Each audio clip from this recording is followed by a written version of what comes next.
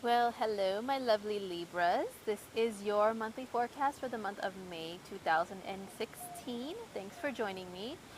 Briefly, before we get into your monthly horoscope, I just wanted to remind you guys that this is a general, very general forecast for anybody who is born with their sun, moon, or rising sign in the sign of Libra. If you would like a more personalized horoscope that caters specifically to you and your chart based on what exact time you were born, or exact day if you don't have the time, then I would love to help you out with that. I would love to do a reading for you. So shoot me an email. My email address is in the description box, and we can arrange a time and payment for a reading. So if you're interested, let me know. All right, let's get to your general reading. So Libra, this month there is a huge emphasis on your eighth house. The eighth house is the house of, well, it could be joint finances, or like if you own a business and you share a business partnership with someone and you guys share the financial responsibilities. It can mean that. It can also mean just really deep psychological work, deep thoughts. It can mean like the eighth house is also like any traumatic experiences that you have still kind of lurking in the back of your mind. The eighth house is also a very transformational type of energy. So I'll explain why it's so highlighted this month. Up until about the 20th of the month, the sun is going to be there. On the 6th of the month, we're going to have a new moon there. Venus is going to be there until about the 24th. And Mercury is going to be there in retrograde the whole month. Now, Mercury is going to move out of retrograde and into its shadow period up until about the first or second week of June.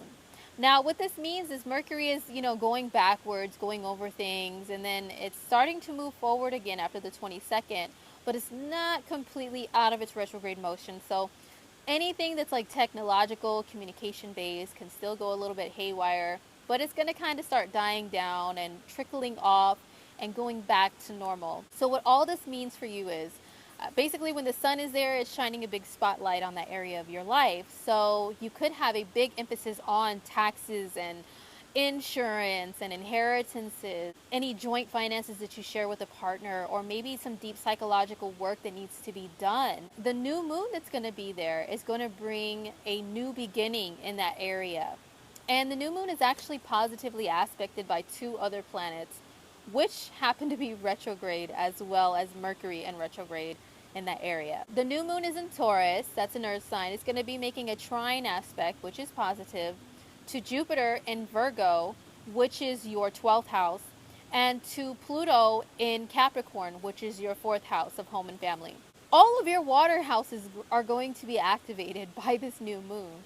The water houses are emotional and they're very psychological and deep. So the new moon is going to bring something to the surface and something to change psychologically and emotionally for my Libras. I would say this is a great time for my Libras to go into therapy if necessary, or just find someone that you really trust to talk to about healing any type of old wounds or even new wounds that are being inflicted upon you by either family or the past, that comes up, because the 4th house rules, the past experiences that are based on like your roots, your history, your family. The 12th house is also a psychological house of reflection back on your whole entire life.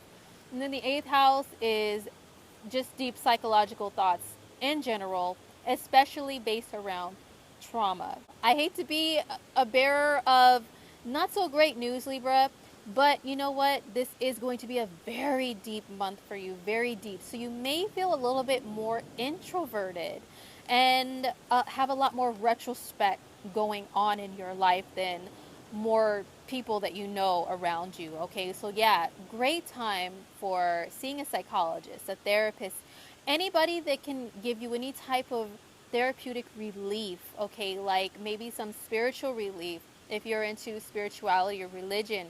Great time to retreat into those things. Or if you practice anything that's for healing, whether it's like metaphysical, like crystals, or chakra meditation, detox. This is a great month to detox. whether it's your physical body, whether it's a ritual that you want to perform to detox anything negative out of your life, this is a month to really focus on that, Libra. Now, Venus is going to be in your 8th house as well.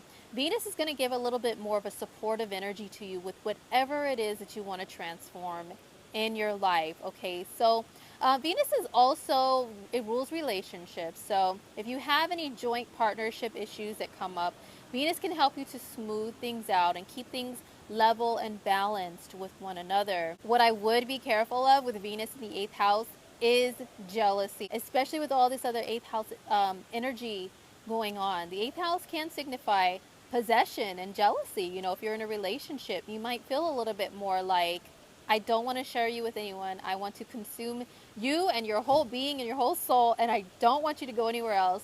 So you may feel like you struggle with abandonment issues, like fear of abandonment or fear of loss, okay? So a lot of fears can come up at this time, Libra. And with Venus being there, unfortunately, it can mean within your relationships. I would say just be very mindful of that and don't let jealousy and fear of loss get out of control to where it destroys any of your relationships, because the 8th house is the energy of destroy and rebuild from the ashes.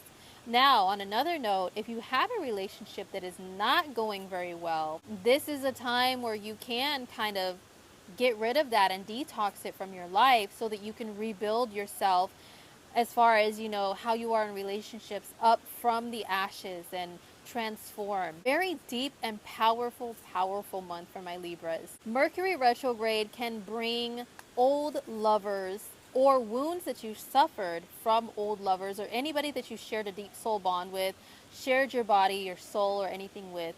It can bring those up to the surface again, Libra. So it can also bring them back from the past in physical form. Like they can show up and be like, hey, remember me and remember what we had. And it's really up to you whether or not you want to pursue something. But I would not really recommend that, okay? And maybe just take it as an opportunity to heal whatever it was that you guys had, any differences, animosities, any pain, and just move forward with your life without them. Now, the next big emphasis that's going on for you is going to be in your 9th house. And this is because this is the sign of Gemini for you guys. And the sun is going to move there on the 20th. Venus will follow on the 24th. The sun and Venus are very positive energies, okay? And the 9th house is a house of being positive and optimistic. So there is some hope, okay? Like this can be a very shadowy, deep month.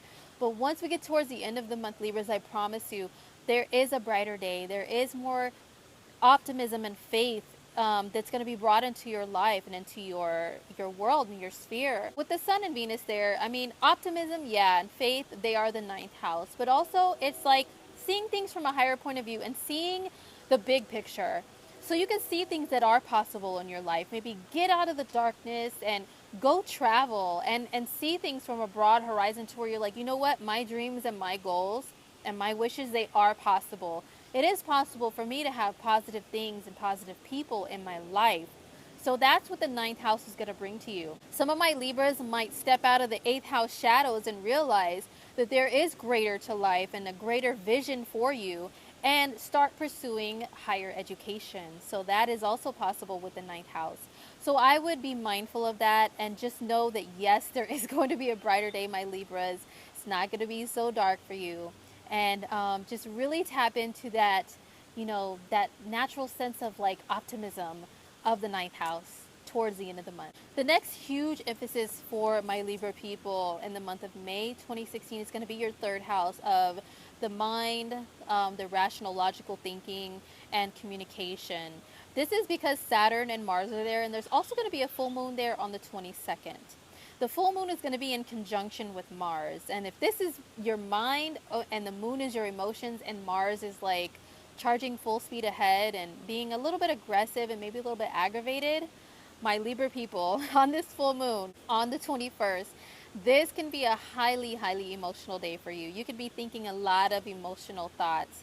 But, you know, the opposite side is the 9th house. So the 9th house can help support you to maybe, you know, see things from a higher perspective. So there is going to be that opposing, like push and pull energy between more harsh thinking and communicating and wanting to be optimistic about life.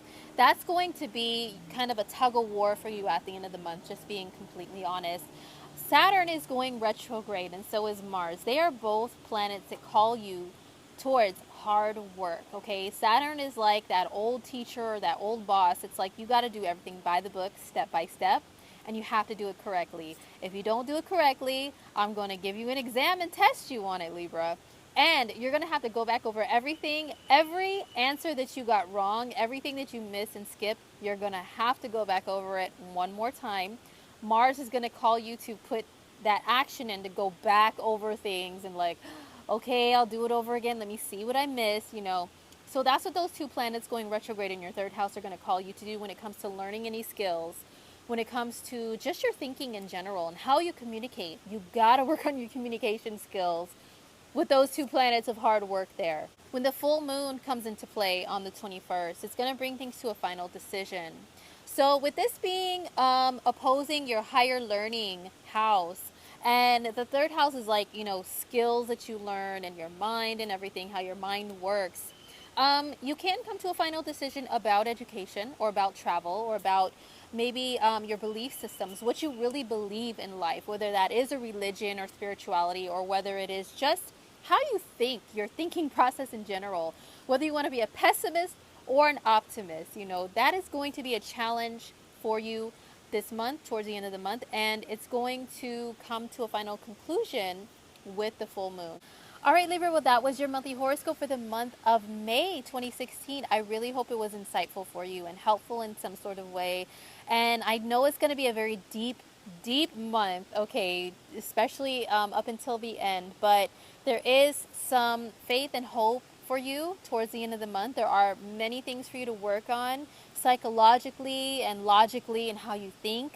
But you can do it, Libra. You can pull through this, okay? And you can go back to being, you know, your happy, diplomatic self, enjoying life, enjoying beauty and art and relationships like you usually do. Well, take care. Don't forget to subscribe if you want to continue getting your monthly general horoscope. And if you like any type of personal reading, just shoot me an email and I would love to do that. All right, well, I will see you guys in the month of June. Mwah. Love ya. Peace.